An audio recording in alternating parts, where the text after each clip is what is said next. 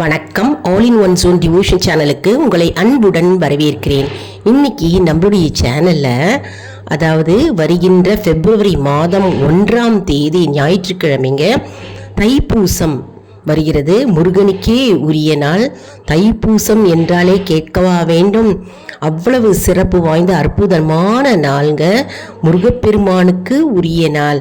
முருகன் தைப்பூசத்தன்று நமக்கு என்ன செய்தி கொடுக்கிறார் என்பதை நம்ம இன்னைக்கு பார்க்கலாமா? அதற்கு முன்னால் நம்முடைய சேனலை இதான் ஃபர்ஸ்ட் டைம் பார்க்குறவங்களா இருந்தாலும் சரி, சப்ஸ்கிரைப் பண்ணாமல் பார்க்குறவங்களா இருந்தாலும் சரி, நம்ம சேனலை சப்ஸ்கிரைப் பண்ணிக்கோங்க. கூடவே அந்த பெல் பட்டனை ப்ரெஸ் பண்ணிக்கோங்க. ஆல் என்கின்ற ஆப்ஷனையும் ப்ரெஸ் பண்ணிக்கோங்க. அப்போ தான் நான் போடுற வீடியோஸ் எல்லாம் உங்களுக்கு உடனுக்குடன் நோட்டிஃபிகேஷனில் மிஸ் பண்ணாமல் தெரிய வரும். சரி வாங்க, இப்போ நம்ம வீடியோக்குள்ளே போகலாம். முருகன் நமக்கு என்ன செய்தி கூறுகிறார்? தைப்பூசம் விழா வருகிறது இல்லையா? தைப்பூசத்தன்று முருகப்பெருமான் அற்புதமான செய்தி தான் நமக்கு தந்திருக்கிறார். நம்ம அந்த செய்தி என்ன அப்படின்னு பார்ப்போம். உன் துயரங்களை என்னிடம் ஒப்படை, நம்பிக்கையுடன் வேல்பிடி அப்படின்னு முருகன் கூறியிருக்கிறாருங்க.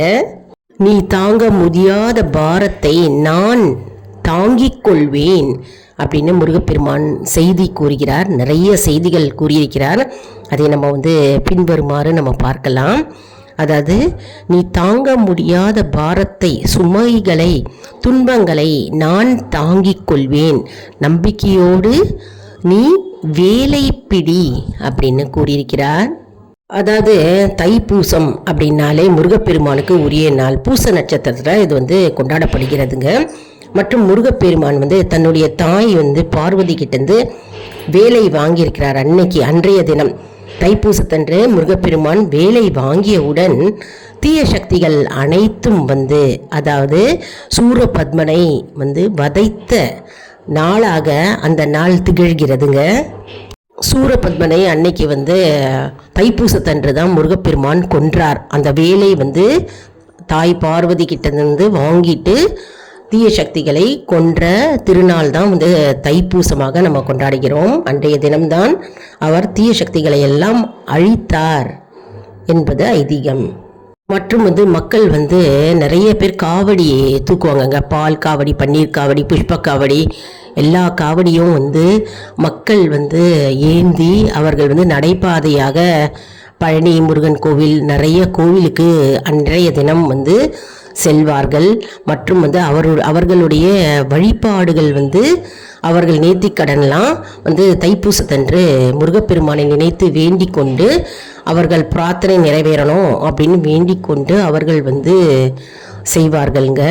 அதனால தான் அன்னைக்கு தைப்பூச திருவிழா மிகவும் சிறப்பு வாய்ந்தவையாக கருதப்படுகிறது. மேலும் முருகப்பெருமானுடைய செய்தி என்ன என்றால், உன் துன்பங்கள் எல்லாம் வேலால் நீங்கும் அப்படின்னு கூறியிருக்கிறாருங்க. உன் நம்பிக்கை உன்னை உயர்த்தும் அப்படின்னு கூறியிருக்கிறார். சோதனைகள் உன்னை உடைக்க அல்ல, உன்னை வலிமையான பக்தனாக மாற்றவே வந்தவை அப்படின்னு கூறியிருக்கிறார். முருகப்பெருமானுடைய அற்புதமான செய்தி, அதாவது தைப்பூச செய்தி. அவருடைய வேளால் நம்முடைய அனைத்து துன்பங்களையும் நீக்கி போடுவார். கவலையே படாதீங்க, எதுக்கும் கவலைப்படாதீங்க. முருகப்பெருமானிடம் உங்களுடைய கோரிக்கைகளை அப்படியே நீங்கள் வைத்து விடுங்கள். அவருடைய வேல் அன்றைய தினம் தைப்பூசத்தன்று முருகப்பெருமான் வேல் வாங்கிய தினம் இல்லையா? அன்னை தாயார்கிட்டேருந்து வேல் வாங்கி தீய சக்திகளை எல்லாம் அவர் கொன்று சிதைத்து போட்டார். அதனால் முருகப்பெருமானின் வேல் அவ்வளவு சக்தி வாய்ந்த வேலாயுதம். அதனால் முருகப்பெருமானை நாம் அனைவரும் நம்ப வேண்டும். நம்பி நம்முடைய துயரத்தை அவர் பாதத்தில் வைக்க வேண்டும். மேலும் வேல் உன் கையில் இல்லை என்றாலும் உன் நம்பிக்கையே வேலாக மாறும். உன் நம்பிக்கையில் வேல் உள்ளது. அதாவது உங்ககிட்ட வேல் இல்லைனாலும் பரவாயில்ல, வீட்டில் வேல் இருக்காது. சில பேர் வீட்டில் வேல் இருக்குங்க. வேலுக்கு தொடர்ந்து அபிஷேகம் பண்ணிட்டு வருவீங்க. செவ்வாய் வெள்ளிக்கிழமை அப்படிலாம் தினந்தோறும் அபிஷேகம் பண்ணிட்டு வருவீங்க. தைப்பூசத்தன்றும் அபிஷேகம் பண்ணுவீங்க. அப்படி வேல் இல்லை அப்படின்னு கவலைப்படாதீங்க. உங்களுடைய நம்பிக்கையே வேலாக உள்ளது அப்படின்னு முருகப்பெருமான் கூறியிருக்கிறார். அதனால் வேலாயுதத்தை ஏந்துகின்ற வேல்முருகன் நாம் அனைவரின் துன்பங்களையும் துயரங்களையும் நீக்கி போடுவார் என்பது நம்பிக்கை. மேலும் நிறைய சோதனைகள் உங்களுக்கு வந்து கொண்டே இருக்கலாம். ஆனால் சோதனைகள் வந்து உங்களை உடைக்க அல்ல, உங்களை வந்து வலிமைப்படுத்துவதற்காக மற்றும் வந்து உங்களுடைய பக்தி மேலும் மேலும் பெருகும். அதனால தான் சோதனைகள் வருது. அதனால் எதுக்கும் கலங்காதீர், எதுக்கும் மனம் தளராதீர். அதனால் தைரியமும் தன்னம்பிக்கையும் எப்பொழுதும் ஒரு ஆயுதமாக கொள்ள வேண்டும். தைப்பூசத்தன்று நிறைய பேர் வந்து பால் குடம் ஏந்தி போவார்கள்ங்க நிறைய பேர். மற்றும் வந்து நான் பாத யாத்திரையாக வருகிறேன் அப்படின்னு வேண்டிக்கிட்டு நிறைய பேர் வருவாங்க கோவிலுக்கு. அதையும் நம்ம நிறைய பேர் பார்த்துருக்கோம். காவடியை வந்து எடுத்து உடலை வருத்திக்கிட்டு நிறைய பேர் வந்து முருகனுக்காக தன்னை அர்ப்பணித்து அவர்களுடைய நேர்த்திக்கடனை செலுத்துவதை நம்ம அனைவரும் பார்த்துருக்குறோம் இல்லையா? அதனால் வந்து கண்டிப்பாக நம்பிக்கையுடன் பக்தியுடனும் எந்த வேண்டுதல்கள் வைத்தாலும் சரி, நம்ம எந்த மந்திரத்தை உச்சரித்தாலும் சரி, நம்ம முருகப்பெருமான் மீது அபூர்வ நம்பிக்கை வைத்தால் கண்டிப்பாக அவர் வந்து நம்மை ரட்சிப்பார், நம்மை காப்பாற்றுவார். அதனால் இந்த தைப்பூசம் வந்து அற்புதமான தினம்ங்க, சக்தி வாய்ந்த நாளாகவும் கருதப்படுகிறது. அதாவது உன்னுடைய நம்பிக்கையே வந்து வேலின் சக்தி அப்படின்னு முருகன் கூறியிருக்கிறாருங்க. முருகனுடைய செய்தி, உன்னுடைய நம்பிக்கை, நீ அப்படி அசாத்திய நம்பிக்கையை வைத்தால் முருகனுடைய வேல் போன்ற சக்திகள் உன்னுடைய நம்பிக்கையில் உள்ளது. அதனால் நீ வந்து வேல் இல்லை அப்படின்னு எதுக்கும் கவலைப்படாதே, கலங்காதே, நம்பிக்கை வை, முருகன் மீது நம்பிக்கை வை. உன்னுடைய நம்பிக்கையே வந்து முருகனின் வேலின் சக்திகள். அதனால் முருகன் வந்து அனைத்தும் பார்த்து கொள்வார். எந்நேரமும் எப்பொழுதும் வந்து முருகப்பெருமான் உன்னுடனே கூடவே இருக்கிறார். எப்பொழுதும் அவர் கைவிட மாட்டார். எந்த நேரத்திலும் எப்பொழுதும் நீ கூப்பிட்ட குரலுக்கு ஓடோடி வந்து உன்னை காப்பாற்றுவார் என்று முருகப்பெருமானின் செய்தி. இது ஒரு விழா கோலமாக நிறைய கோவிலில் கொண்டாடப்படுகிறதுங்க. பழனியில் ரொம்ப கோலாகலமாக இந்த தைப்பூச திருநாள் வந்து கொண்டாடப்படுகிறது. மற்றும் வந்து தைப்பூசத்தன்று வந்து சிவபெருமான் வந்து உமாதேவியோட சிதம்பரத்தில் நடனம் ஆடிய தினமும் கூட இந்த தைப்பூசம் நாள். அதனால் இந்த தைப்பூச திருநாள் வந்து மிகவும் சிறப்பு வாய்ந்த நாளாக கருதப்படுகிறது. நிறைய பேர் 48 நாள் விரதம் இருப்பாங்கங்க. ஏற்கனவே விரதம் இருந்து 48 நாள் முடிந்து பூர்த்தியான பிறகு தைப்பூசத்தன்று வந்து விரதத்தை முடிப்பார்கள். நிறைய பேர் பார்த்துருக்குறோம். விரதம் இருக்கேன், தைப்பூசத்தன்று விரதம் இருக்கேன் அப்படின்னு சொல்கிறாங்க. சில பேர் வந்து 21 நாள் விரதம் இருப்பாங்க. அப்படி சில பேர் வந்து 11 நாள், நேற்றுலேருந்து ஸ்டார்ட் பண்ணோன்னா 11 நாள் வந்து விரதம் இருந்து தைப்பூசத்தன்று முடிப்பாங்க. மற்றும் வந்து நம்ம வந்து ஒரு எளிமையான அற்புதமான மந்திரத்தை நம்ம இப்போ உச்சரிக்கலாங்க. எல்லாருக்குமே இந்த மந்திரம் தெரிஞ்சிருக்கும். இந்த மந்திரம் வந்து தினம்தோறும் வந்து 6 முறை வந்து ஒரு நோட்டில் எழுதுங்க. அதாவது உங்களுடைய பிரார்த்தனை என்னவோ அதை நினச்சிட்டு நீங்கள் வந்து நோட்டில் 6 முறை வந்து இந்த மந்திரத்தை, முருகப்பெருமானுடைய மந்திரத்தை எழுதி நீங்கள் வந்து தைப்பூசத்தன்று வந்து முடிக்கணும். அதாவது ஒரு தனி நோட் எடுத்துக்கோங்க, ரூல்டோ அன்ரூல்டோ நோட் புக் எடுத்துக்கோங்க. எடுத்துட்டு அதில் வந்து 6 முறை 1 2 3 4 5 6ன்னு எழுதிக்கோங்க. எழுதிட்டு அந்த 1ன்றது பக்கத்தில் வந்து நீங்கள் வந்து எழுதிக்கோங்க, ஓம் சரவண பவ, ஓம் சரவண பவ, ஓம் சரவண பவன்னு 6 முறை எழுத ஆரம்பிங்க. அதாவது நேற்றுலேருந்து 11 நாள் முடியுது இந்த தைப்பூசம் வரும்போது. அதனால் நீங்கள் எழுத ஆரம்பிக்கலாம். 11 நாள் முடியுது. அதனால் நீங்கள் வந்து இந்த மந்திரத்தை ஸ்டார்ட் பண்ணி 6 முறை எழுத ஆரம்பிங்க. கண்டிப்பாக என்ன வேண்டுதல் இருக்கிறதோ உங்களுடைய வேண்டுதல் அப்படியே வந்து கண்டிப்பாக நிறைவேறும் என்பது ஐதீகம்.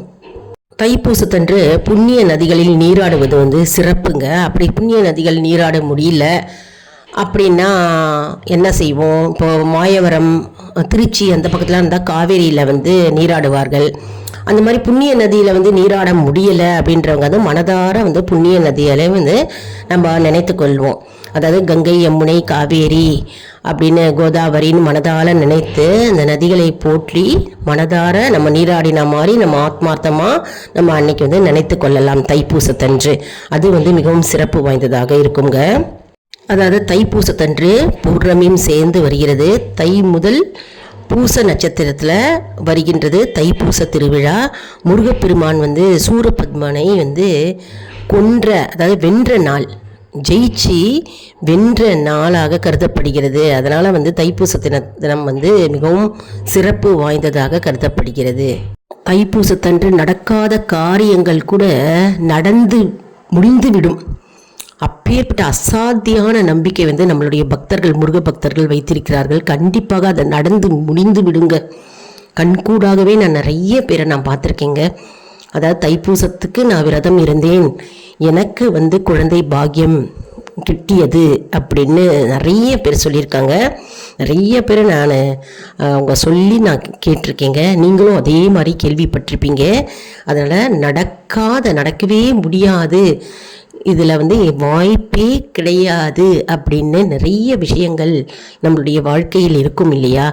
அந்த விஷயங்கள்லாம் வந்து பூர்த்தி ஆகிடும் கண்டிப்பாக இந்த தைப்பூசத்தன்று. முருகப்பெருமான் அருள் வந்து நாம் அனைவருக்கும் கிடைக்கும். அதனால் முழு நம்பிக்கையும் பக்தியும் தான் முருகப்பெருமான் எதிர்பார்க்கிறார் நம்மிடமிருந்து. அதனால் நம்முடைய வேதனைகள், துன்பங்கள், அனைத்து பிரச்சனைகளும் அவருடைய வேலில் வைத்திட வேண்டும். அந்த வேல் வந்து அனைத்தையும் நீக்கி போட்டு நமக்கு கண்டிப்பாக முருகப்பெருமான் நமக்கு ஒரு வழி காட்டுவார். இந்த வீடியோ உங்களுக்கு மிகவும் பயனுள்ளதாக இருக்கும் என்று நான் நம்புகிறேன். இது மற்றவர்களுக்கும் ஷேர் செய்யுங்கள், அவர்களும் பலனடையட்டும். நிறைய பேர் தெரியாதவங்க இருப்பாங்க இல்லையா? எப்போ தைப்பூசம்னா என்ன, மற்றும் வந்து நம்ம என்ன செய்யணும் தைப்பூசம் அன்னைக்கு, மற்றும் வந்து முருகப்பெருமானுடைய செய்தி என்ன, தைப்பூசத்துடைய மெசேஜ் என்ன அப்படின்னு நிறைய பேர் தெரியாதவங்க இருப்பாங்க இல்லையா? அவங்கெல்லாம் வந்து இதை பார்த்து பலனடைவார்கள். அவர்களுக்கு பலனடையும் போது நமக்கு தானாகவே பலன் வந்து சேரும். தைப்பூசத்தன்று நம்ம வந்து பிரசாதம் அப்படின்னு பார்த்தோன்னா எளிமையான பிரசாதம் வைக்கலாம். நம்மளால் முடிஞ்சது ஒரு சர்க்கரை பொங்கல், இல்லை பாயசம், அப்படி இல்லைன்னா கல்கண்டு, திராட்சை, பழம், வெற்றிலை பாக்கு, பூ, பழம் வைத்து நம்ம நெய்வேத்தியமாக முருகப்பெருமானுக்கு படைக்கலாம். மற்றவர்களுக்கும் நம்ம வந்து விநியோகிக்கலாம். மற்றும் வந்து சில பேர் வந்து அன்றைக்கி பாயசம், வடை, சாம்பார், ரசம், காய், பொரியல், கூட்டு, அப்பளம் எல்லாமே வச்சு நிறைய ஒரு விருந்து மாதிரி செய்வாங்க. அந்த மாதிரியும் செய்யலாம். விளக்கு வந்து கண்டிப்பாக குத்தி விளக்கில் 5 முகம் ஏற்றி நெய் தீபம் ஏற்றி கொள்ளுங்க. மற்றும் வந்து முருகப்பெருமானுக்கு 6 தீபம் அன்றைக்கி தைப்பூசத்தன்று நம்ம ஏற்றணும். வீட்லேயும் 6 தீபம், அதாவது அகல் விளக்கு இருந்ததுன்னா அகல் விளக்கில் 6 அகல் விளக்கு நல்லெண்ணெய் ஊற்றி நம்ம நெய் அல்லது நல்லெண்ணெய் ஊற்றி நம்ம வந்து திரி போட்டு ஏற்றலாம். கோவிலையும் போய் விளக்கு ஏற்றலாமுங்க. மற்றும் வந்து செவ்வரளி பூவு, ரோஜா பூ இதெல்லாம் வாங்கிக்கோங்க. முதல் நாளே தைப்பூசத்துக்கு முதல் நாளே வாங்கிக்கோங்க. முருகனுக்கு வந்து ஓம் சரவண பவ அப்படின்னு அந்த பூக்களால் அர்ச்சனை பண்ணுங்க. 108 முறை சொல்ல முடிஞ்சால் நீங்கள் சரவண பவ, ஓம் சரவண பவ சொல்லுங்கள். நான் ஏற்கனவே சொன்ன மாதிரி நோட் புக்கில் எழுதிக்கோங்க, ஓம் சரவண பவ அப்படின்னு 6 முறை தினமும் எழுதி கொள்ளுங்கள். கண்டிப்பாக நம்முடைய வேண்டுதல்கள் 100% நிறைவேறும். நீங்களே வந்து மெசேஜில் போடுங்க, எனக்கு நிறைவேறிடுச்சுமா அப்படின்னு மெசேஜை போடுவீங்க பாருங்கள். அதனால் நம்பிக்கை தான் தேவை. நம்பிக்கையும் நமக்கு வந்து பக்தியும் தான் மிக மிக முக்கியம்.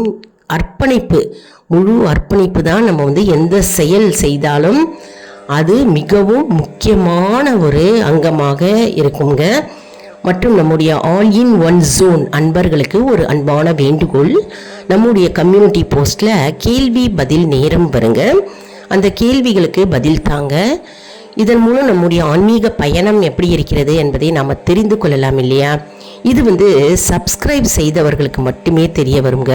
அதனால் நம்முடைய சேனலை மறக்காமல் சப்ஸ்கிரைப் செய்து கொள்ளுங்கள். மற்றும் வந்து நம்மளுடைய ஆல் இன் ஒன் ஜோன் வீடியோஸில் எல்லா வீடியோஸ் அப்லோடு பண்ணும்போதும் அந்த வீடியோஸில் வந்து ஆன்லைன் ஷாப்பிங் இருக்குங்க. ஆன்லைன் ஷாப்பிங்கில் நீங்கள் ப்ரெஸ் பண்ணாலே போகிறோம், உங்களுக்கு வந்து நீங்கள் வந்து என்ன ப்ராடக்ட்ஸ் வேணாலும் நீங்கள் வாங்கிக்கலாம், பர்ச்சேஸ் பண்ணிக்கலாம். நம்மளுடைய ஷாப்பிங் இருக்குது, ஆன்லைன் ஷாப்பிங். அதன் மூலம் நீங்கள் வந்து பர்ச்சேஸ் பண்ணிக்கலாம். அடுத்த வீடியோவில் வேறு ஒரு தலைப்புடன் உங்களை வந்து சந்திக்கிறேன். நன்றி, வணக்கம்.